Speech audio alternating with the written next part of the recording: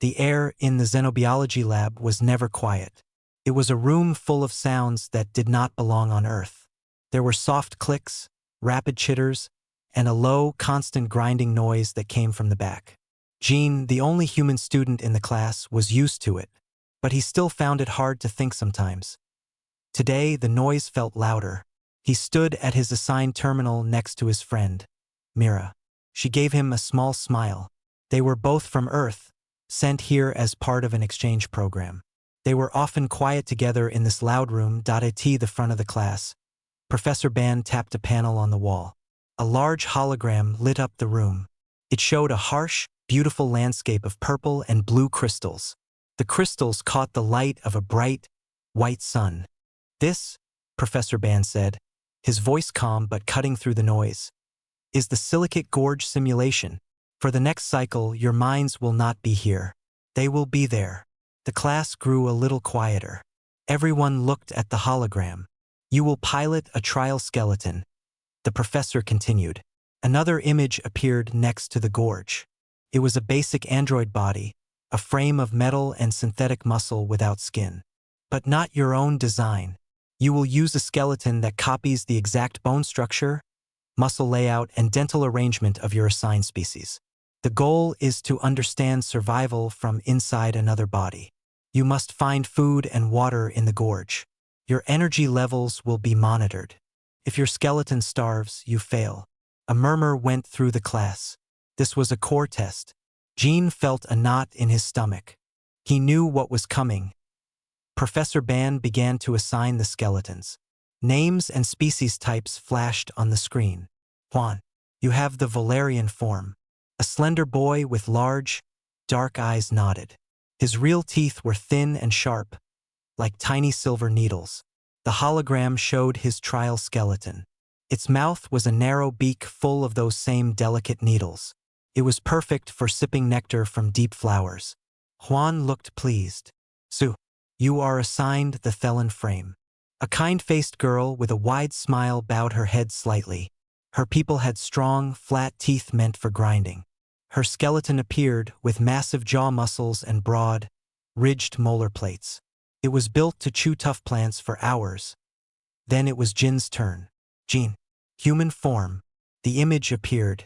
It looked more familiar to Jin than the others, but here, among these strange and wonderful bodies, it looked odd. The skeleton was sturdy, with strong legs and clever hands. But the class's eyes went straight to the skull. The jaw was powerful. The teeth, however, were a confusing mix. In the front, for sharpish incisors for cutting. On the sides, pointed canines.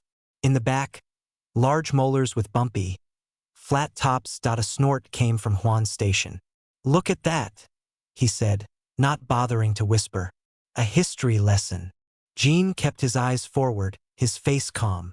What do you mean, Juan? Asked another student, a girl with feathery hair.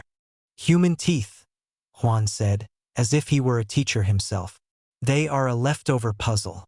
See the pointed ones? Canines, for tearing meat like a primitive predator. And the flat ones in the back? Molars, for grinding plants like a simple grazer. They have no clear purpose.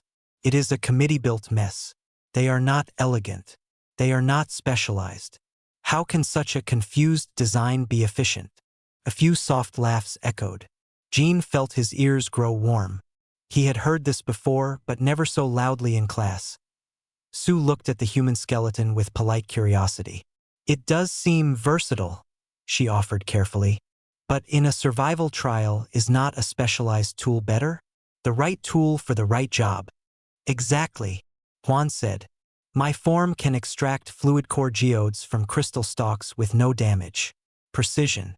Your form can process fibrous mineral roots with maximum energy gain. Efficiency. What can his do? A little biting of everything? That is not a winning strategy. Professor Ban watched the exchange but did not stop it. He believed sometimes lessons started before the simulation. Mira leaned closer to Gene. Don't listen to him, she whispered. He's just scared because his skeleton would break if it tried to eat a proper steak. Gene almost smiled. It's fine, he whispered back. But it wasn't entirely fine. As the students began their pretrial checks, Jean heard the comments. Such blunt tools. I heard they used to get painful holes in them. They called it cavities. How primitive. No wonder they invented cooking and tools so fast. Their own bodies are not enough. Jean focused on his console. He called up the specifications for the human trial skeleton. He studied the jaw muscles. They were strong, stronger than they looked. The hinge of the jaw allowed for not just up and down movement, but also side-to-side grinding. The teeth themselves were not the sharpest, nor the hardest in the galaxy, but they were anchored deeply, and the enamel, while prone to those cavities, was a tough ceramic that he thought of the food from home. The crunchy apples, the tough, dried squid Myra's grandmother sent, the hard candy, the soft rice, the nuts that needed a good crack. His teeth handled it all. They were not the best for any one thing, but they were never useless. All students, final preparation, Professor Ban announced. Neural links will engage in 5 minutes. Secure yourselves in your pods. Jean walked to his immersion pod. It looked like a smooth, white egg. He lay down inside. The lid closed softly. Juan's pod was next to his. As the gel pads connected to Jin's temples, he heard Juan's voice one more time through the pod's external speaker. Good luck, Jean. Try not to get your committee teeth stuck on anything. Then the world faded. A cool sensation flowed through Jin's mind. The sounds of the lab disappeared. For a moment, there was nothing but silent, gray emptiness. Then, feeling rushed in. It was a strange, heavy feeling. He felt solid. He felt weight. He opened his eyes. He was not in the pod. He was standing in a world of shining crystal. The light from the purple sky reflected on blue crystal spires around him. He looked down.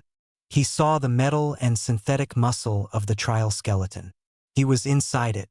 He flexed a hand. It obeyed his thought. He took a step. It was his body now. He looked around. Other skeletons were appearing nearby. He saw Juan's delicate, graceful form near a cluster of glowing, flower-like crystal stalks. He saw Sue's sturdy, powerful form near a field of tough, root-like growths. A status panel glowed in the corner of his vision. Energy, 100%. Objective, sustained. Jin's skeleton turned its head, the servos whirring softly. He looked for a food source. He saw the same stalks Juan was heading toward. He approached one. The end of the stalk held a glowing, liquid-filled geode.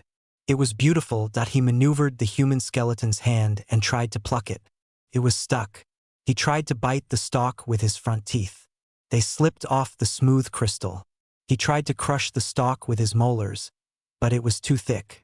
After a minute of trying, his energy ticked down to 99%. A crystal's length away, Juan's needle teeth slid into the base of a stalk with perfect precision. He sipped the glowing fluid. His energy meter jumped to 102%. Juan's skeleton turned its narrow head toward Jean. He didn't need to speak. The slow, deliberate turn was message enough. It was a look of pure, superior pity. Jean stepped back from the crystal stalk. The first trickle of real doubt entered his mind. In this world of specialists, what was a generalist supposed to do? The silicate gorge was not a quiet place. A low wind sang through the crystal formations, making a strange, humming noise. It was the sound of hard things rubbing together. Jean stood still for a moment, letting his new body settle. He could feel the weight of the jaw, the solid anchor of the skull on his neck. It was his own body, and yet it was not. He looked away from Juan, who was already moving to another glowing stalk. Jean needed a different plan. He remembered the briefing. The gorge offered 2 main food sources. The first was the crystal stalks Juan was using. The second was the fibrous mineral roots Sue was heading towards. Jean turned and walked toward the field of roots. His skeleton's feet crunched on the gravel. He saw Sue's sturdy form already there. She had chosen a large root, as thick as her arm.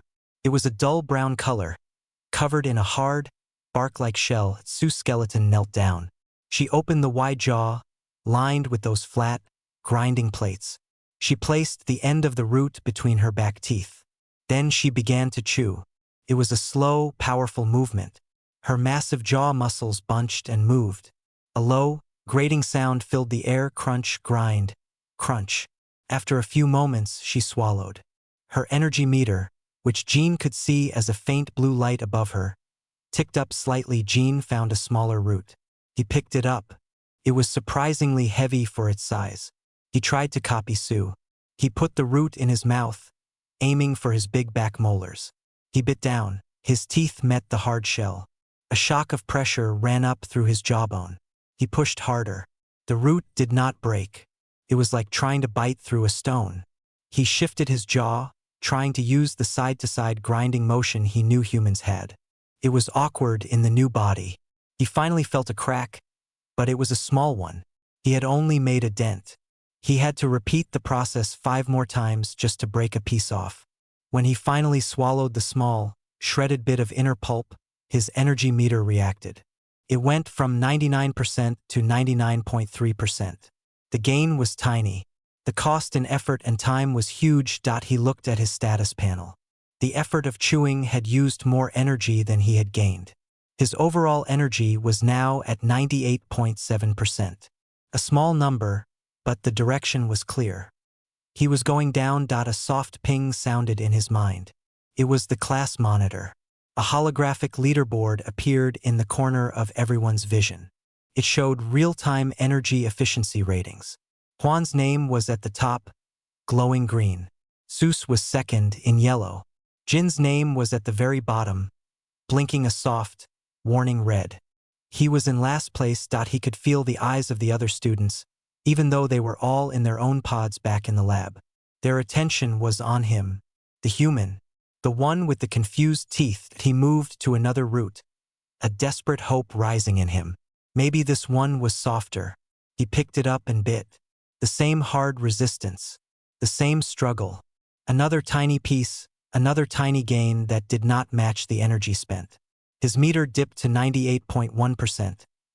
Nearby, Juan had finished his third stalk.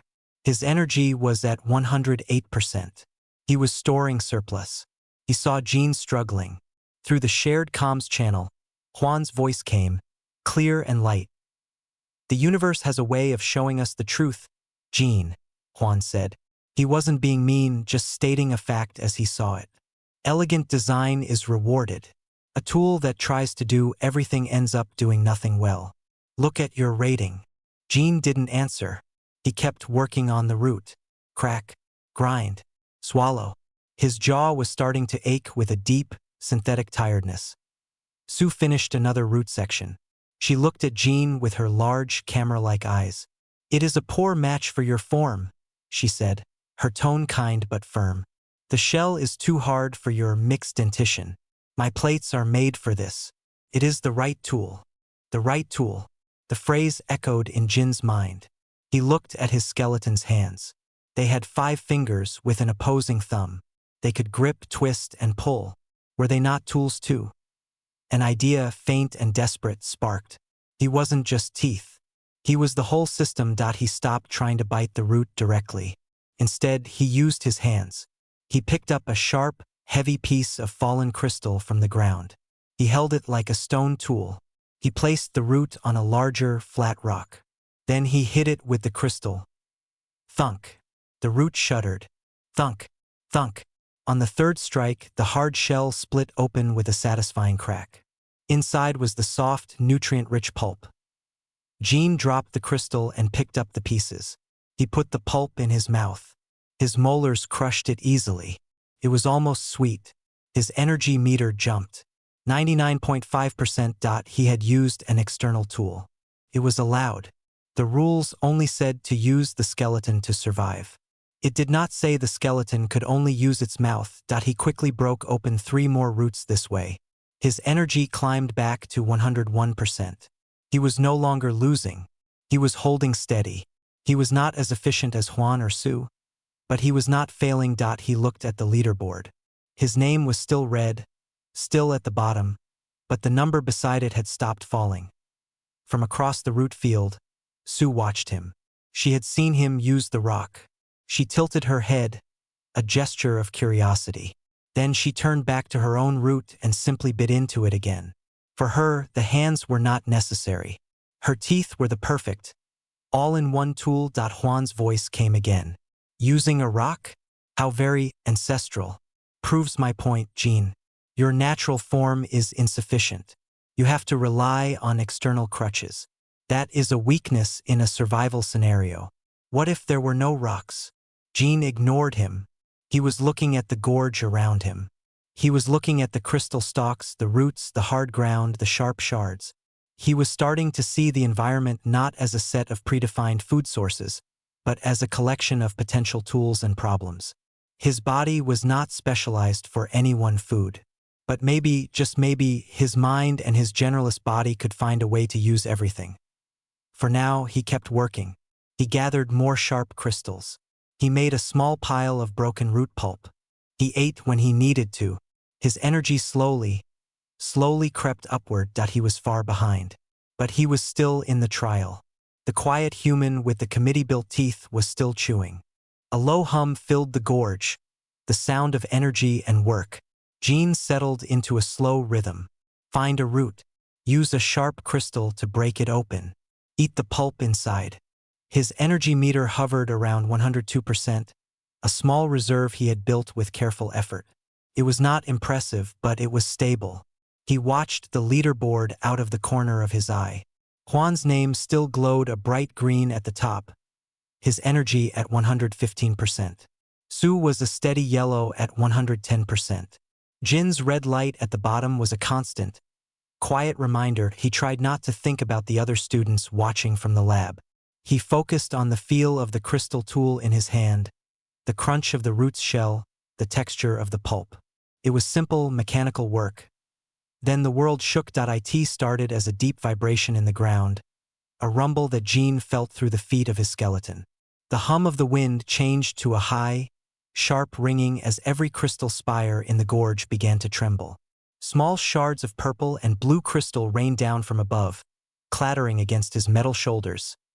Seismic event, Professor Band's calm voice announced through the neural link, speaking to all of them. Proceed with caution. The environment is dynamic. The rumbling grew stronger. Jean dropped into a crouch, his skeleton's balance systems whirring to keep him steady. He saw a large cracked snake across the ground near Sue. She stumbled back just in time. Then, with a sound like a million windows breaking, the field of crystal stalks collapsed. The beautiful, glowing flowers shattered. The delicate stems holding the fluid core geodes snapped. A cloud of sparkling dust filled the air where Juan had been working. The primary food source for his specialized form was gone, buried under piles of razor-sharp debris. A moment later, a deeper groan came from the root field. The ground beneath it seemed to buckle and rise. Then it split apart. The tough, fibrous roots were swallowed or pinched off, buried under slabs of hard, glass-like rock that pushed up from below. Sue's food source vanished in a matter of seconds. The tremor stopped. The ringing of the crystals slowly faded. An eerie silence fell over the silicate gorge, now a changed place. The landscape was no longer neat and organized.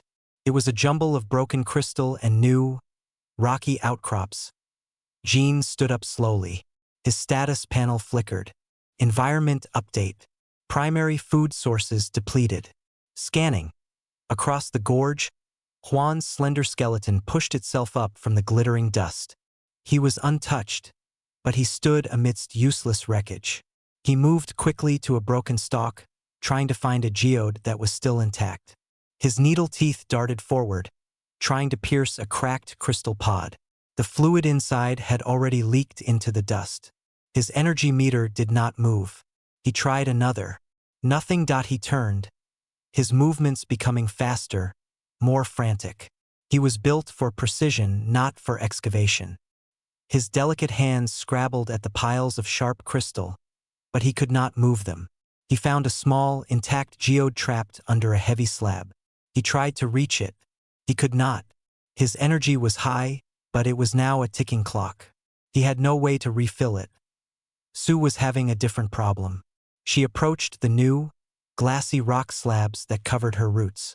She positioned her jaw against a thin edge and began to grind. Her molar plates made a horrible scraping sound against the hard mineral. A few flakes came off. It was incredibly slow. The energy she used to grind off a tiny amount was more than she gained from it. Her energy meter for the first time began to drop. 109%, 108.5%. She stopped, her large eyes scanning the impassable rock. Her right tool was now useless. Jean began to move. He climbed over a low pile of broken crystal. His eyes were not on the wreckage of the old food, but on the new landscape. The seismic shift had revealed things. In the shadows of the new rock slabs, and scattered where the ground had churned, were round, lumpy objects. They were about the size of his fist. They looked like dirty potatoes made of stone. His scanner identified them. Polymineralic nodules. Composition, variable silicate shell. Interior, nutrient-rich organomineral paste, a new food source. But the description was clear. Variable shell. He picked one up. It was heavy. He tapped it against his metal knee. It gave a solid thunk. He found a sharp edge on a rock and tried to scratch it. The shell was hard. This was not a root he could easily smash with a crystal. He saw Juan notice the nodules. Desperate, Juan picked one up. He located a slight depression in the shell. He positioned his needle teeth, designed for piercing soft membranes, and pressed down with precise force. There was a sharp ping, and then a crack, but not in the nodule. One of Juan's delicate front teeth, put under a pressure it was never meant to handle, snapped clean off. The broken piece flickered and vanished in a spark of holographic light. A simulated break. Juan jerked his head back, a shocked, silent gasp echoing in the comms channel. Sue tried next. She placed a nodule between her broad grinding plates. She bit down with the great strength of her jaw. A loud, grating screech filled the air. The shell resisted. She ground harder, her whole skull shaking with the effort. Finally, with a crunch, the shell cracked. But it had taken immense, sustained pressure. She consumed the paste inside. Her energy ticked up by 2%. But the effort of breaking it had cost her 3%. It was a net loss. A look of deep frustration crossed her features. Jean watched them both fail. The specialized tools were breaking or were inefficient. The variable shell was the problem. It was not uniformly hard. A needle could find a weak spot but could not crack it open. A grinding plate could crush, but it wasted energy on the entire shell. He looked down at the nodule in his hand. Variable. That was the key. It was not about having the single perfect tool. It was about testing, probing, and finding the specific weakness. He brought the nodule to his mouth. But he did not just bite. He first used his front incisors to scrape at the shell like testing an egg. He found a spot that felt slightly grainy. He shifted the nodule. He used his right canine tooth, the pointed one Juan had mocked, to press into that spot. It was not a stabbing motion, but a focused, wedging pressure. He felt the shell resist, then give way with a tiny pop as the canine created a stress point. Immediately, he rotated the nodule and placed the newly formed crack between his big, back left molar. He did not grind. He simply clamped down with a quick, powerful burst of force from his jaw muscles. Crack. The sound was clean and sharp. The shell split neatly along the fault line his canine had started. It broke into two pieces, revealing the soft, gray paste inside. Jean ate the paste. It was bland, but his energy meter responded strongly. Plus 5%. The entire process had used only a small amount of energy. It was efficient. He looked at the broken shell in his hand. The fracture was clean. He had not shattered it with brute force. He had not pierced it with precision. He had initiated a crack with a pointed tooth and then propagated it with a crushing tooth. Two different tools used in sequence by one jaw. He picked up another nodule. He repeated the process. Scrape test with an incisor. Find a slightly softer line. Apply wedging pressure with a canine. Finish with a crushing bite from a molar. Crack. Another clean break. Plus 5%. His energy meter began to climb. 107%. 112%.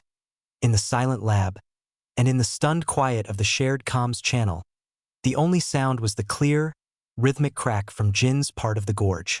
Each crunch was a punctuation mark in the new silence. Huan stared, his hand hovering near his jaw where his tooth had broken. Su watched, her grinding plate still. The leaderboard on all their screens flickered. The red light beside Jin's name began to brighten. It was no longer the color of warning. It was the color of a steady, rising heat. The rhythm was everything. Jin moved through the new landscape of broken rock and scattered nodules with a slow, steady purpose. His world had narrowed to a simple sequence. Find a nodule. Feel its surface. Test with an incisor. Find the weakness. Wedge with a canine. Crush with a molar. Crack. Eat. Move on. Each successful crunch sent a small vibration through the metal frame of his skeleton. It was a good feeling. It was the feeling of a problem being solved. His energy meter was a steady, climbing number in the corner of his vision. 118%, 122%. He was building a surplus, a cushion against whatever might come next. He allowed himself a moment to look up from his work. The gorge was quiet now, except for the hum of the wind and the sound of his own movements. He saw Huan's slender skeleton standing still amidst the shattered crystal stalks. Huan was not trying to dig anymore. He was just watching Jin. His energy was still high, but it was frozen. A full tank with nowhere to go. His delicate hands hung uselessly at his sides. Su was still trying. She had found a smaller nodule and was attempting to grind it slowly between her plates, using the very edges. It was a little better, but it was still a struggle. Her energy meter was slowly, stubbornly dropping. 105%, 104%. Each percentage point was a battle she was losing. She would look at Jin, then back to her own work, her movements filled with a new kind of focus. She was studying him. Jin bent down and picked up 2 more nodules. He carried them to a flat rock. He placed one down and got to work. Scrape, wedge, crack. He ate the paste from the first one. Before he started on the second, he had an idea. He picked up a piece of the broken shell. It had a sharp, almost blade-like edge. He looked at it, then at the second whole nodule. Instead of using his teeth, he used the shell fragment. He found a seam on the new nodule and worked the sharp edge into it, using his thumb for pressure. It was like using a knife to start opening a tough package. With a twist, the shell split partway. Then he finished it with a quick bite from his molars. It was even easier. He was not just using his teeth as separate tools. He was using the broken pieces of the food itself as new tools that he was adapting. The generalist was not just using his own body, but anything in the environment. A soft ping echoed in the shared awareness of the trial. It was the system-wide alert. A new line of text appeared on their status panels. Warning. Biological scanners detect silicate scavenger manifestation. Proximity, medium. Defensive protocols advised. Professor Ban's voice followed, cool and informative. The seismic activity has drawn opportunistic feeders. They are part of the simulations challenge. They are attracted to energy signatures and structural weakness. You may evade or defend. Your survival continues to be the primary objective. A new layer of tension settled over the gorge. Survival was no longer just about finding food. It was about keeping it. Jin saw movement from the corner of his eye. Near a pile of fallen blue crystals, something shifted. It was low to the ground and its color shifted, blending with the rocks. Then it stepped into a patch of light. The scavenger was made of the same stuff as the gorge, but alive. Its body was a collection of sharp, glassy shards that moved in a way that was not quite liquid, not quite solid. It had no clear head, just a front end where several longer, spear-like crystals pointed forward. It moved silently, a scraping whisper of stone on stone. It was not heading for Jin. It was moving toward Huan. Huan saw it. He took a step back. His skeleton was elegant and light, built for delicate work, not for fighting. The scavenger accelerated, a sudden rush of sharp edges. Huan tried to dodge, but he was not fast enough.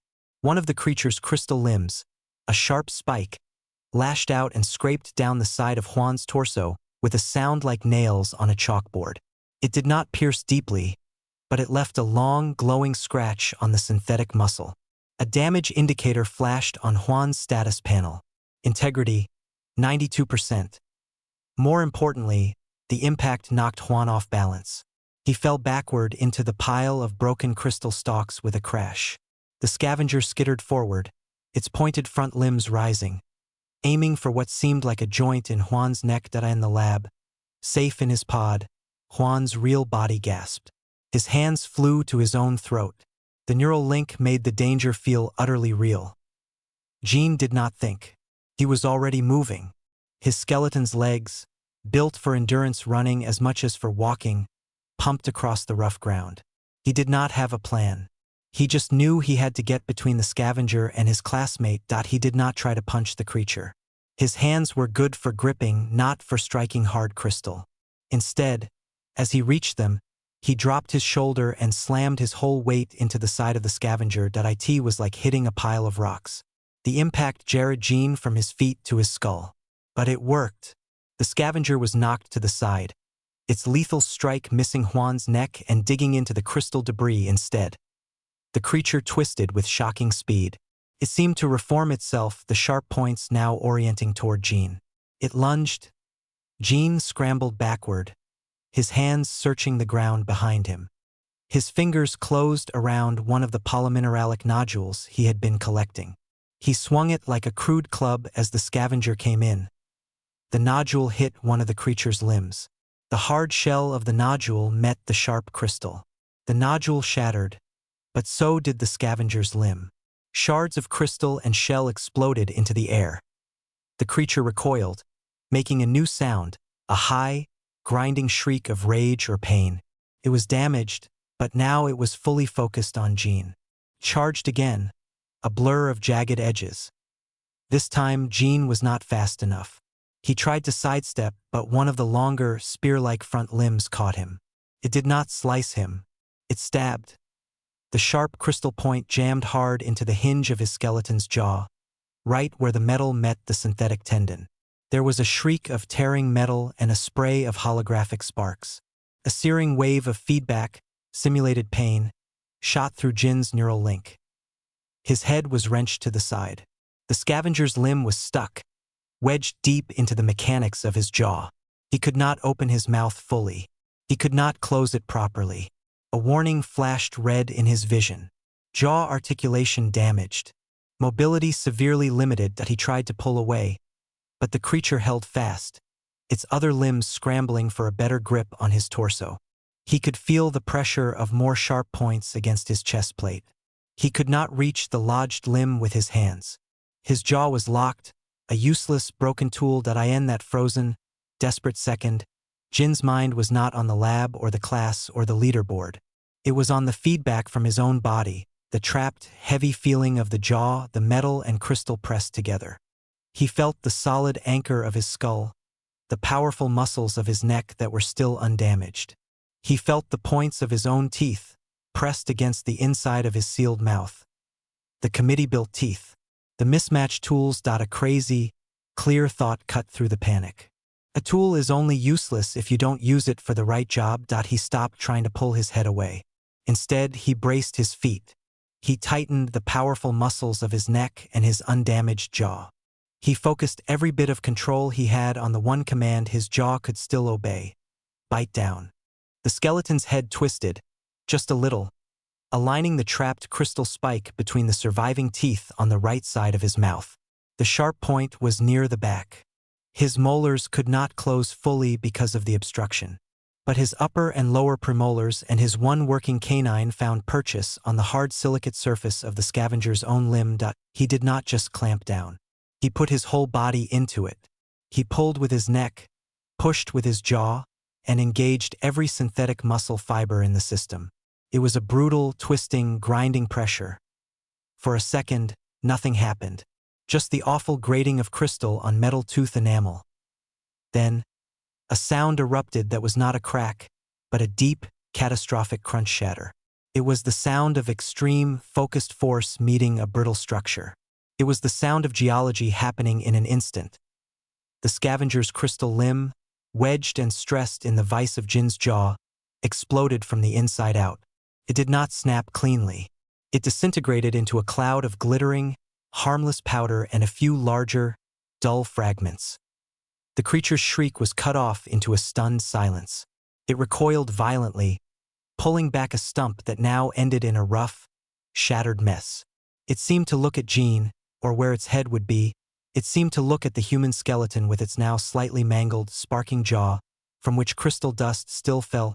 Then, with a final scraping whisper, it turned and scuttled away into the shadows of the rocks. Broken and defeated Jean stood there, panting. The crystal spike was gone.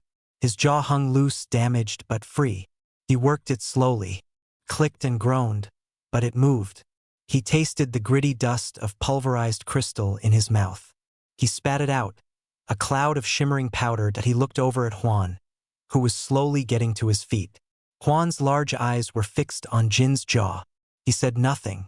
No one in the gorge said anything. The only sound was the wind.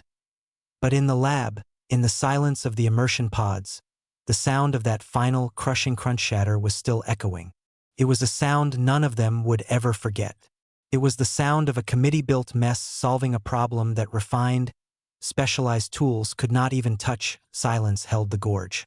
It was a deep, ringing quiet that came after a loud noise. Jean stood still, working his damaged jaw. It opened and closed with a rough, grinding sound, but it functioned. He could feel the loose connections, the feedback telling him some of the fine control was gone. But it worked well enough to eat. That was all that mattered. He looked down at the ground near his feet.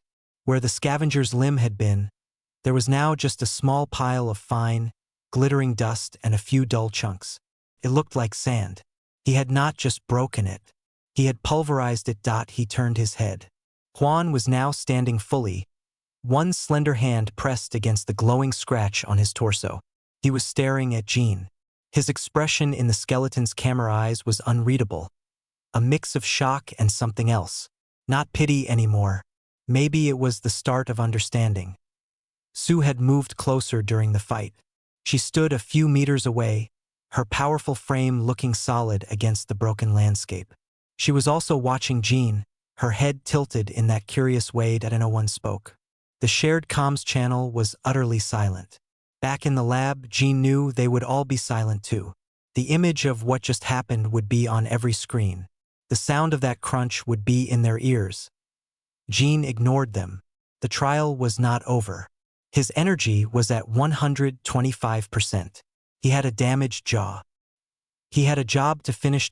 He walked back to the flat rock where he had left his few unopened nodules. His movements were calm and practical. He picked one up. He brought it to his mouth. His jaw protested with a click, but he ignored it. He found the weak spot with an incisor. He wedged it with his canine. He positioned it for the crushing molar. He bit down. Crack. The sound was still clear and sharp, but it was different now. It was louder, and it had the rough edge of his damaged mechanics in it. It was not the clean sound of before. It was a harder, more brutal sound. It was the sound of something working despite injury. He ate the paste.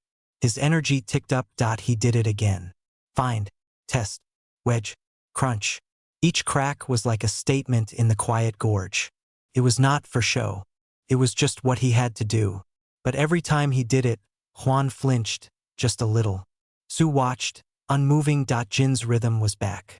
The world narrowed again to the simple, successful task. His energy climbed, 128%, 131%. A soft, system-wide chime echoed. It was not an alarm. It was a conclusion. Professor Band's voice filled their minds, calm and clear. The simulation cycle is complete. The environmental and biological challenges have been met. Initiating recall sequence. Disengage from trial skeletons in 10 seconds. Jean placed the half-eaten nodule down on the rock. He looked at his hands, the metal still dusty from crystal powder. He looked out at the changed gorge, the place where he had been last and then not last. He took a last breath of the dry, crystalline air. Then his vision went gray. The feeling of weight and solidity drained away. The sounds of the wind faded. There was a sensation of floating, of being pulled gently backward. He opened his eyes. He was looking at the smooth, white ceiling of his immersion pod. The gel pads retracted from his temples. The lid of the pod hissed and slid open. The familiar sounds and smells of the xenobiology lab washed over him. The sterile air, the low hum of computers, the faint, strange sense of a dozen different species. He sat up slowly. His real body felt light and strange, like it was not quite his own after piloting the heavier skeleton. He swung his legs out and stood up. His knees were a little weak. The lab was quiet. The other pods were opening. Students were sitting up, blinking. No one was talking. All eyes, in their various forms, large dark eyes, camera-like eyes, clusters of smaller eyes, were turning toward him. Juan climbed out of his pod. He did not look at Jean at first. He looked at his own hands, as if remembering how useless they had been in the rubble. Then his gaze lifted and found Jean. He didn't speak. Sue walked over to her terminal, her movements thoughtful. Professor Ban stood at the front of the room, near the main holographic display. He was tapping on a panel. "Return to your primary stations for debrief," he said, his voice breaking the tense silence. "Performance data is being compiled." Jean walked back to his terminal next to Mira. She was already there, and she looked at him with wide eyes.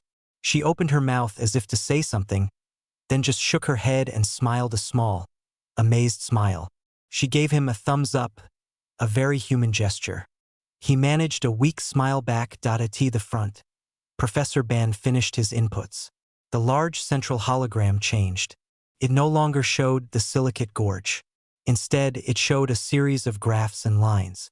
At the top was the energy efficiency rating from the trial. It was a single, multicolored line that tracked each student's energy level from start to finish. "The data does not lie," Professor Ban began. He pointed to the start of the graph. "Here we see the expected outcomes. Specialized forms excel in their native niches. High efficiency, high gain." The lines for Juan and Sue started high and climbed steeply. His finger moved to the middle of the timeline, where the seismic tremor was marked by a red pulse.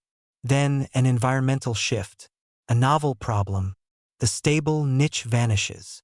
On the graph, Juan's green line went perfectly flat. It stopped climbing. It just continued straight, a line of stored energy with no way to increase. Sue's yellow line began a slow, steady decline, the cost of her grinding always a little more than the gain. Then Professor Ban pointed to the third line. It was red. It had started low at the very bottom. It had wobbled. Then, after the tremor, it began to climb. Not in a smooth curve, but in a series of sharp steps. Each step coincided with a small, time-stamped event logged as nodule processed. The line went up and up steadily, passing the flat green line, then passing the declining yellow line until it finished alone at the highest point. It was Jin's line. "The generalist form," Professor Ban said, "initially inefficient, becomes the only viable system. It adapts. It uses a sequence of tools." He pulled up a slow-motion, schematic view of Jin's skeleton biting a nodule. Incisors for testing, canines for initiating fracture, molars for catastrophic failure. Process, not a single action. He changed the display. It showed the final moment with the scavenger. He froze it on the image of the crystal spike jammed in Jin's jaw. The audio was muted. The class leaned forward, a collective tension in the room. Then a biological challenge, a direct threat. The specialized forms have no defensive tools suited for this. One is disabled. The image showed Juan fallen in the crystals. The other's primary tool is ineffective against a mobile, crystalline target. The image showed Sue standing back. The human form is also compromised. His jaw is damaged. His primary tool is locked. "So," Professor Ban said, his finger hovering over the play button, "it uses the damaged tool for a new job." He played the clip. There was no sound. The class watched in silent, stark detail as Jin's skeleton braced, twisted, and bit down on the scavenger's own limb. They saw the crystal begin to stress. They saw the precise, awful moment it exploded into dust from the inside out. The video ended with the creature fleeing and Jean standing there, crystal dust falling from his mouth like glittering breath. Professor Ban turned to face the class. He looked at Juan, then at Sue, then at all of them, finally letting his gaze rest on Jean. Today's lesson was not about which species is better. It is about context. Specialization is a brilliant strategy for a stable, predictable world. It is high reward, but it is also high risk. When the world changes, the specialist can fail.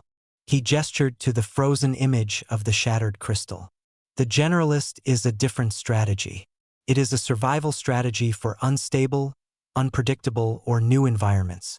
Its tools are not the best for any one task, but they are good enough for many tasks. And when one tool breaks, the others can often finish the job. He walked over to a table and picked up a simple, laminated card. On it was a picture of a human dental arcade. He held it up. You mocked these teeth. You called them a committee's mistake.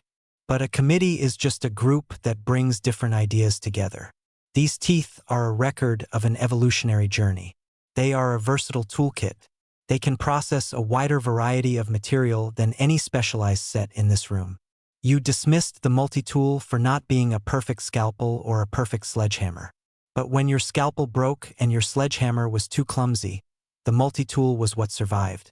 It was what cracked the problem open. He put the card down. Remember this. Sophistication is not always about purity of form.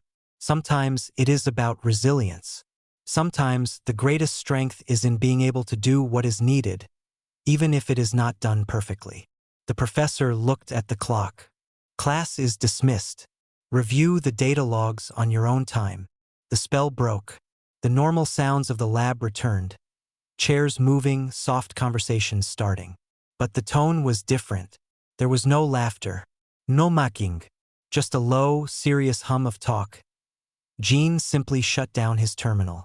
He didn't look at the others. He just collected his things. As he turned to leave, he saw Juan standing a few feet away, waiting. Juan looked at him, then at the floor, then back at him. Your jaw, Juan said finally, his voice quiet. The motor strength was within standard parameters for the skeleton. It should not have been able to. Jean understood the unspoken question. How did you do that? He didn't give a theory or a boast. He reached into his bag and pulled out the thing he always carried.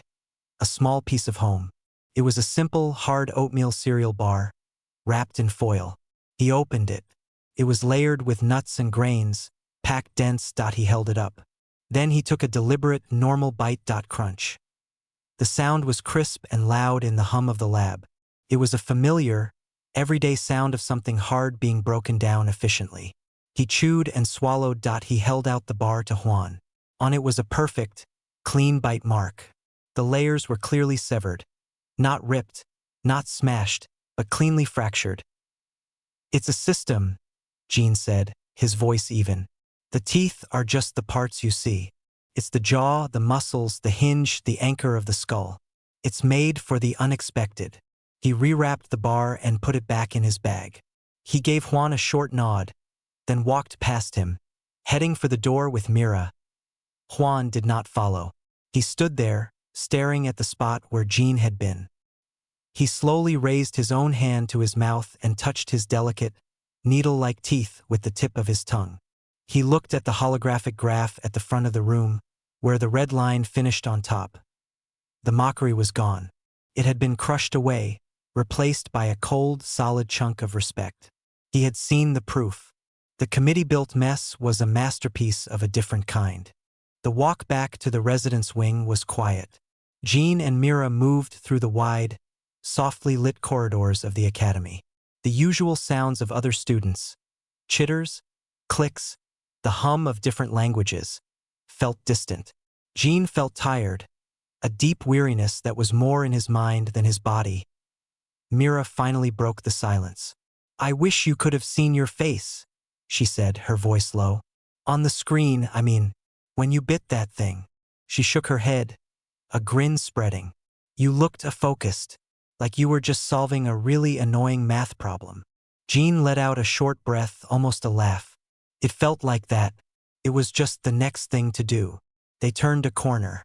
Up ahead, near the entrance to the human sector dormitories, a figure was waiting. It was Sue. She stood calmly, her hands clasped in front of her. She smiled when she saw them, a wide, warm smile that showed her flat, grinding plates. "Jean," she said, bowing her head slightly. "May I speak with you for a moment?" Mira gave Jean a look that said see, and then nodded. "I'll save you a seat at dinner." She walked on, leaving them in the corridor. "Of course," Jean said, stopping. He wasn't sure what to expect. Sue's expression was open and curious, without a trace of her earlier polite pity. "I wanted to thank you," she said. This surprised Jean. "Thank me?" "Yes, you gave me a new way to see. I was frustrated when the roots were buried. My tool was useless. I saw you use the rock and then your teeth in steps. I was too proud to copy you then. I kept trying to use my plates as they were meant to be used." She gestured with her hands, a grinding motion. "But after the scavenger, I was watching you finish the trial. That last part. You were hurt, but you still used the system. The testing, the wedging, the crushing. It was not one thing. It was a process." She looked down at her own hands. "My people value strength and single-purpose tools. It is a good way, but it is not the only way. Your way is about sequence, about using different small strengths together to make a big result. This is a valuable lesson. I will remember it." Jean didn't know what to say. "Thank you for telling me," he managed. "Your way is very strong. In the right place, it is perfect." "Yes," Sue agreed. "In the right place. But the universe is big. Not every place is the right place." She bowed again. "I will see you in class." She turned and walked away, her step thoughtful. Jean continued to his room. The encounter left him feeling strange. It was not triumph. It was something quieter, like a shared understanding. His room was small and plain. He dropped his bag and sat on the edge of his bed. He replayed the trial in his head. The feeling of the jaw locking, the sound of the crunch, the silence after. A soft chime came from his desk terminal. It was a message notification. He walked over and tapped the screen. It was from Juan. The message was short. Request: educational dialogue. Location: courtyard garden, bench by the water feature. Time: now if you are available. Jean stared at the words. Éducational dialogue. It was such a formal, Juan-like way to say, "I want to talk." He thought about ignoring it. He was tired, but curiosity was stronger. He also felt a responsibility. The professor's lesson wasn't over just because class had ended. He left his room and walked the short distance to the academy's central courtyard. It was a peaceful place, designed with a mix of flora from many worlds. The air was cool and smelled of damp soil and alien flowers. A small stream trickled over artfully arranged stones. Juan was sitting on a bench exactly where he said he would be. He was not looking at the water. He was looking at his own reflection in the still surface of a small pool. He looked up as Jean approached. He did not smile, but his expression was not hostile. It was serious. "Thank you for coming," Juan said. His voice was even, but Jean could hear a tightness in it. Jean sat on the other end of the bench. "Okay." They sat in silence for a moment. The water trickled. "I analyzed the data logs," Juan began, his eyes fixed on the pool. "The force you applied with your jaw at the moment of fracture, it was within standard parameters, as I thought. But the pressure per square millimeter on the contact point of your canine tooth was extremely high. Then the follow-through with the molar, it was not about brute force. It was about directed stress." He spoke like he was giving a report. It was how he dealt with things. "I guess," Jean said. "I just used what I had." "That is the point," Juan said, finally looking at him. His large, dark eyes were intense. "You had it. I did not. When my world changed, I had nothing. My tool was perfect for a problem that no longer existed." He held up his slender hand. "I could not dig. I could not crack. I could not fight. I was useless." He said the word as if it tasted bad. "I have always been at the top. I believed it was because my design was superior, more evolved. Today showed me it was because my world has been stable. I have never faced a real change." Jean didn't know what to say to that. It was just a simulation. It was a truth, Juan countered. My people, we prize elegance, sharpness, precision. We see mixed designs as primitive, like early drafts before the final, perfect version is made. He shook his head slowly. But what if the final version does not exist? What if the perfect tool is only perfect until the world shifts? Then the early draft, the one that kept all the options, is the one that continues. He looked back at the water. You saved me. From the scavenger. I would have been disabled. You could have just let it happen. I had mocked you. Many would have let it happen. Jean shrugged, a very human gesture. You were in trouble. I was closer. Juan studied him, as if this simple statement was another puzzle. No calculaste? No thought of payback. No time, Jean said honestly. Juan gave a single, slow nod. He reached into a small pouch at his side. He pulled out an object. It was a beautiful, intricate thing, a valerian nutrient stick. It was long and thin, made of a translucent gel with delicate, glowing veins inside.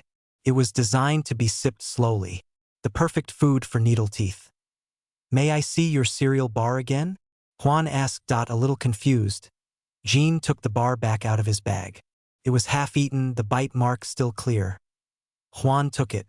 He held the beautiful, delicate nutrient stick in one hand and the plain, lumpy cereal bar in the other.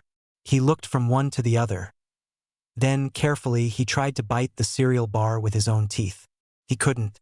His needle teeth could not get a grip. They just slid off the hard, grainy surface. He could not even pierce it. It was completely useless to him. He then offered the nutrient stick to Jean. Can you consume this?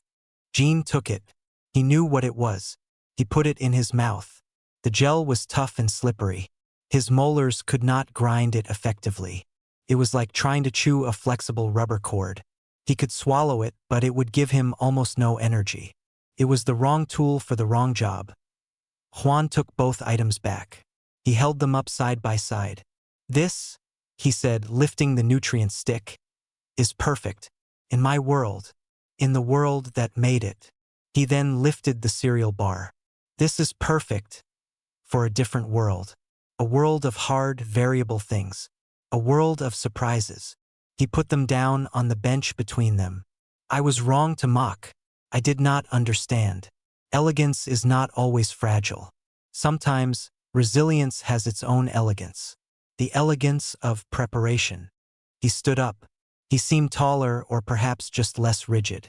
Thank you for the dialogue, Jean. And for the lesson. It was more valuable than any grade. He turned and walked away, leaving Jean alone on the bench with a half-eaten cereal bar and a valerian nutrient stick. Jean sat there for a long while, listening to the water. He picked up the nutrient stick. It was cool and smooth. He looked at the cereal bar. It was rough and plain. He didn't feel like a winner. He didn't feel like he had beaten anyone. He just felt like he had been seen, finally, for what he was. Not a primitive version of something else, but a complete version of himself. A generalist. Built for the long haul, and for the unexpected turn. He put both items in his pocket and stood up. It was time for dinner. He was, after all that crunching, surprisingly hungry. The dining hall was a cavernous room filled with the low murmur of 100 different conversations and the subtle clatter of utensils designed for all kinds of mouths. Jean stood in the entrance for a moment, scanning the room. He saw the usual clusters, the Valerians with their delicate sipping bowls, the Thelans with their large plates of fibrous mash, and the smaller groups of other species. He saw Mira at their usual table, waving him over. But his eyes also caught Juan, sitting alone at a small table near a window, and Sue, sitting with two other Thelans, speaking with animated gestures. For a moment, Jean felt the old hesitation, the feeling of being the odd one out, the human with the simple, mixed-up teeth in a room of elegant specialists. Then he remembered the feel of the crystal shattering, the sound of the crunch, the clean fracture of the cereal bar. He walked into the room. His steps did not feel heavy anymore. They felt solid. He went to the serving line. The options were always varied, catering to the Academy's diverse population. There were soft gels, crunchy roots, steamed bundles of leaves, strips of synthesized protein, and hard, nut-like pods. In the past, Jean had often stuck to the softer, earth-like foods, the things that were easy. Today, he looked at it all differently. He saw not just food, but material. He saw problems to be solved by his toolkit. He took a little of everything. A scoop of soft protein, a handful of the crunchy root chips, 2 of the hard nut pods, a dense, dark bread roll. He carried his tray to the table where Mira sat. She raised her eyebrows at his full plate. "Building up your reserves?" she asked, grinning. "Just testing the system," he said. Sitting down, he started to eat. He did not think about it, he just did what came naturally. He used his incisors to tear a piece of the bread. He used a molar to crush a root chip with a satisfying snap. He picked up a nut pod. He examined it, found a seam, and applied pressure with his canine until it gave a small pop. Then he moved it to his back teeth and finished it with a clean crack. He ate the protein with a fork. It was a normal human meal. But today, after the trial, every action felt deliberate. Every sound from his own mouth, the tear, the crush, the crack, was a quiet reminder of what his body could do. Mira watched him, her smile softening. "You seem different." "I feel the same," Jean said. But it wasn't entirely true. As they ate, a shadow fell over their table. Jean looked up. It was Juan.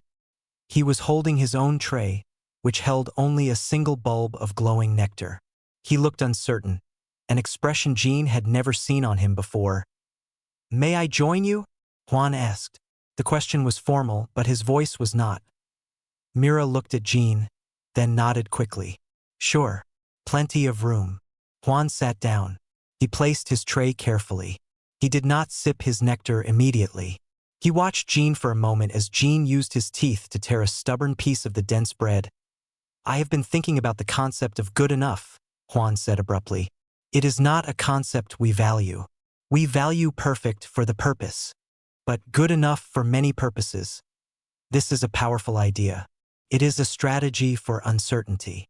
Jean finished chewing and swallowed. "On Earth, we have a saying, don't put all your eggs in one basket. It means don't risk everything on one single perfect thing. Because if you drop that basket, you lose everything." Juan's large eyes blinked slowly. He looked at his single bulb of nectar. "One basket. A good saying," he murmured. Then, Sue was there, her tray laden with a mountain of leafy greens and fibrous stalks. "Is this a meeting of the survival committee?" she asked, her tone warm. Without waiting for an answer, she placed her tray next to Juan's. "And Saturday, I was explaining the fracture initiation process to my roommates. They were very interested. The 4 of them sat together, a human, another human, a Valerian, and a Thelan. It was not a common grouping." Jean saw other students glancing over, their eyes lingering, curious. There were no sneers, no mocking looks, just observation. The conversation was not about the trial directly. Sue talked about an upcoming geology exam. Mira complained about the programming on the shared entertainment channel. Juan, hesitantly, asked Jean about the concept of baking. As he had read, human foods were often transformed by heat. Jean found himself explaining, using his hands. "It takes something hard and tough, like a grain, and uses steady, even energy to change it. Makes it more usable, more versatile." He broke his bread roll in half to show its soft inside. "So," Juan said, leaning forward, "it is another form of processing. External processing, like your rock tool before consumption. Your species does not just adapt your body. You adapt the environment to fit your body's toolkit." Jean had never thought of it that way. I guess vedo. The meal continued. It was comfortable. It was normal. But the normal was new. When they were finished, they cleared their trays together. At the return station, Juan paused, looking at the discarded remains. He saw the cleanly cracked shell of the nut pod on Jin's tray. He saw the torn bread. He saw the crushed root chips. He then looked at his own tray, where the empty nectar bulb was completely intact, only a small, precise puncture hole visible from his needle teeth. "A record of consumption," Juan said softly. "Mine shows one perfect action. Yours shows a history of different actions. A story." They walked out of the dining hall together, the four of them, but they parted ways in the corridor with nods and simple "see you tomorrow." Jean walked back to his room alone. The corridor lights were dimming for the evening cycle. He felt a deep, peaceful tiredness. Inside his room, he went through his normal routine. He washed up. He checked his messages. There was one from his mother on Earth asking about his week. He typed a short reply. "It was good. Learned a lot. Will explain later." He got ready for bed. As he lay in the dark, his mind replayed the day. But it wasn't the final crunch that he thought of. It was the moments after. Sue's thanks. Juan's intense analysis by the water. The shared meal.